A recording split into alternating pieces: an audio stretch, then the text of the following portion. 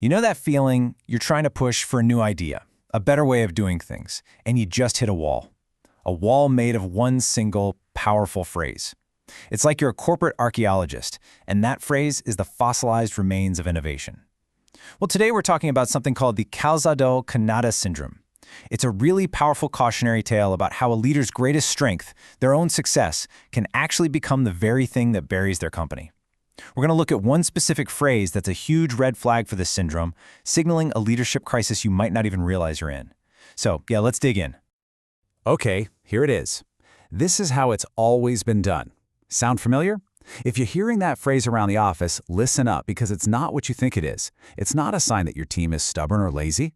No, it's a symptom. It's actually an echo of a system that you, the leader, probably created without even realizing it. And honestly, it's a massive warning sign. So the natural reaction is to get frustrated, right? To blame the team for being stuck in their ways. But here's the tough question. Is your team really the problem, or are you? What if all that resistance you're feeling isn't the root cause? What if it's just a symptom of your leadership style inadvertently holding everyone and everything back? Seriously, figuring this out could completely change how you lead forever. To really get what I'm talking about, we have to look at this incredible cautionary tale. It's all about a company called Calzado, CANADÁ.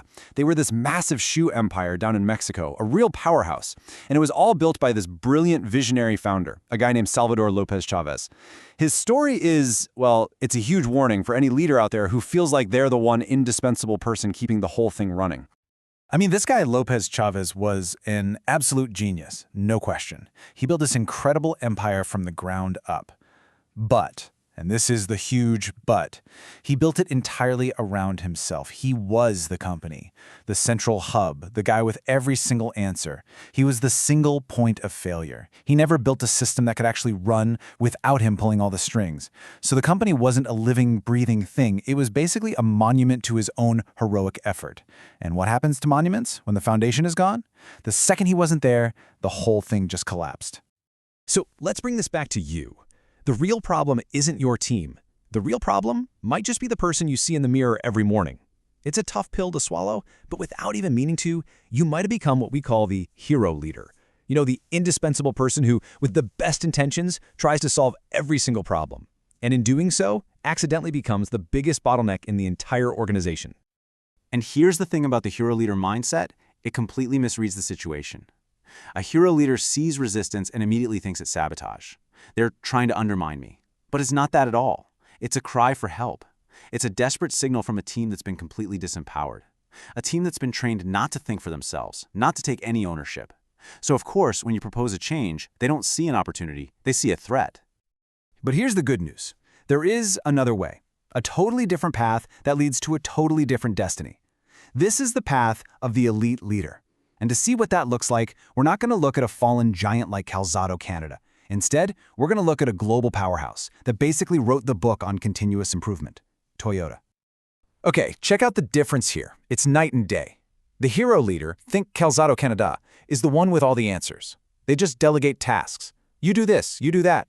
But the elite leader, the Toyota model, is totally different. They teach the team how to find the answers themselves. They don't delegate tasks, they delegate real authority. See the shift? The hero creates a company that depends on them. The elite creates freedom and intelligence that flows through the entire organization. It's the realization that your job isn't to be the smartest person in the room. Your job is to build a system that makes everyone smarter. All right, so the big question is, how do you actually make that jump? How do you go from being a burnt-out hero to a liberated elite leader? Well, it's not about changing your entire personality overnight. It's not a personality transplant. It's about a systematic change in how you lead. And the whole journey really boils down to mastering 4 key competencies that will fundamentally change how you and your team operate. I want you to think about this like you're installing a brand new operating system for your leadership. It's a clear, methodical, 4-step system. And the goal is to shift you from being a full-time firefighter to being an architect who builds a fireproof organization. So here are the 4 pillars of this new OS. Number 1, you have to transform your own leadership. 2, you forge high-performance teams. 3 is about mastering constructive conflict. Yes, that's a thing. And 4, you install systems of continuous improvement. We're going to break down each one, And we're starting with the toughest part of the equation, you. All right, step 1. This is probably the hardest step, and it's all about one thing: humility. It's the humility challenge. You have got to stop being the hero. You have to let go of the idea that your solution is always the best one. And listen, this isn't about being weak. It's the exact opposite. It's about being strategically smart enough to realize that the best ideas, the real knowledge, it's usually with the people who are actually doing the work every single day. So here's a super concrete action for you. The next time you hear, "But this is how we've always done it," don't fight back. Don't argue. Instead, turn it into a challenge. Ask your team these 4 definitive questions. What problem is this old process actually solving? What are we missing out on by doing it this way? How could we do it, say, 20% better, faster, or cheaper? And what's the risk if we change? And how do we handle that? Just by asking these questions, you completely flip the script. You're not the boss pushing an idea anymore. You're a facilitator, and they become your expert consultants. Okay, this leads us to step 2, and this is a really critical distinction. A hero leader delegates tasks. They say, go do this. An elite leader delegates authority. They say, here's the outcome we need to hit. You have the power and the trust to figure out the best way to get us there. That's a huge difference, right? The reason your team resists change is because they have zero skin in the game. They don't own any part of the process, so why should they care? So how do you give them that ownership? Here's a great tactic. Create small pilot teams. And here's the trick. Put some of your most experienced, maybe even your most resistant team members on them. Give them a real budget, real resources, and most importantly, give them the actual authority to design and roll out a new process, but just in one small controlled area. You know what happens when they succeed? They don't just accept the change. They become its biggest, most passionate champions. Okay, step 3 is all about reframing how you think about resistance. An elite leader gets something that most leaders miss. Resistance is just information. That's it. It's raw data. It's your team using their frontline experience to flag risks you haven't seen. Instead of trying to crush that dissent, an elite leader leans in. They see it as a free consultant, a source of innovation and risk management. And here's a really powerful way to put this into action. Establish a 3-step feedback rule, or you can even call it a devil's advocate meeting. Before you roll out any big change, you hold a meeting where the only job for everyone in the room is to poke holes in the plan. They have to identify what could go wrong. Your job isn't to defend, it's to listen, write it all down, and then work with them to build a better plan that addresses all those concerns. And just like that, you've turned your biggest resistors into your most valuable co-creators. Which brings us to our 4th and final step. The ultimate goal here is to get out of the business of heroic effort. You want to stop relying on these random one-off bursts of improvement that only happen when you, the hero, swoop in. The real goal is to build a predictable, almost automatic system for continuous improvement.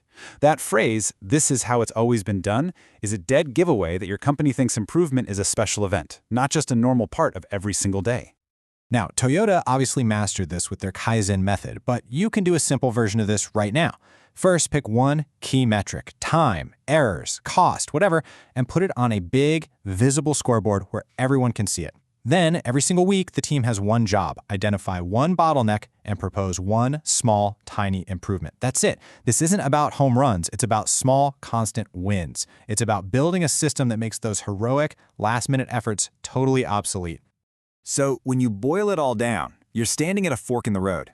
You've got these 2 paths, the hero and the elite, and they lead to completely different destinations. And we're not just talking about a different management style here. We're talking about the fundamental destiny of your company, and frankly, your own freedom. It's a choice you have to consciously make. Let's be really clear about the stakes. The hero's path, that road leads straight to burnout for you and total dependency from your team. That's the Calzado CANADÁ story, a cautionary tale that so often ends in extinction. But the elite's path, that leads to freedom. Freedom for you, true scalability for your business, and a legacy that actually lasts. That's the path of Toyota. So, the final question isn't about whether you're strong enough to force your team to change. That's the wrong question. The real question is this: are you brave enough to stop being the hero? Are you willing to let go of the need to have all the answers so you can become the elite leader that your team and your business actually deserves? The choice, as always, is yours.